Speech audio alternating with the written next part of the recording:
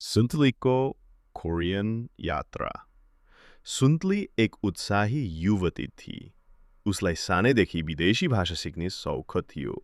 उसले धेरै भाषामा प्रयास गर्यो, तर कोरियन भाषाले भने उसको मन जित्यो।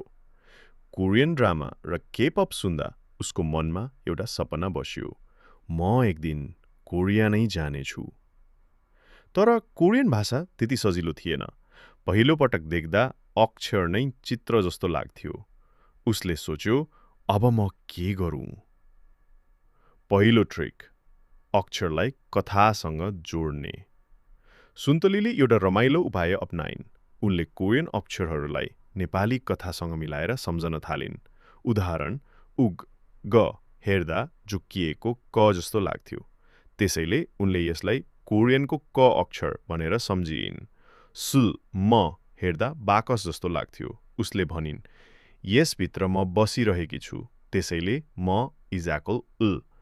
यसरी अक्षरलाई चित्र जस्तो सम्झने ट्रिकले सुन्तलीले ह्याङ्गुल छिट्टै सिक्न थालिन्। दोस्रो ट्रिक, शब्द कण्ठ गर्ने उपाय। चित्र र भावनासँग जोड्ने शब्द कण्ठ गर्न उसले अर्को तरिका अपनाइन्। शब्दलाई चित्र वा भावनासँग जोड्ने। उदाहरण, साराङ साराङ इजाकल माया। उनले सोचिन्, साराङ्गीको धुन जस्तो मिठो मायाको महसुस। हक्यो हाक्यो इजाकल स्कुल। उनले आफ्नो पुरानो स्कुल सम्झिन्, ठूलो गेट र साथीहरू। अब हाक्यो सुन्नासाथ त्यो दृश्य दिमागमा आउँथ्यो। तेस्रो ट्रिक, दैनिक 5 शब्द अभ्यास। सुन्तलीले हरेक दिन 5 वटा नयाँ शब्द लेख्थिन् अनि तिनलाई 3 पटक उच्चारण गर्थिन्।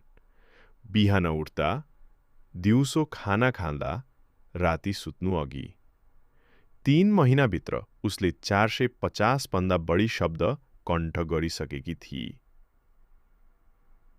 कथा मोडिन्छ।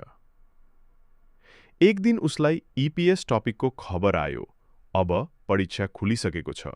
उसले आफूले बनाएको चित्र पुस्तक, फ्ल्यास कार्ड अनि कथा शैलीमा बनाएका शब्दहरू हेरी अभ्यास गरिन्।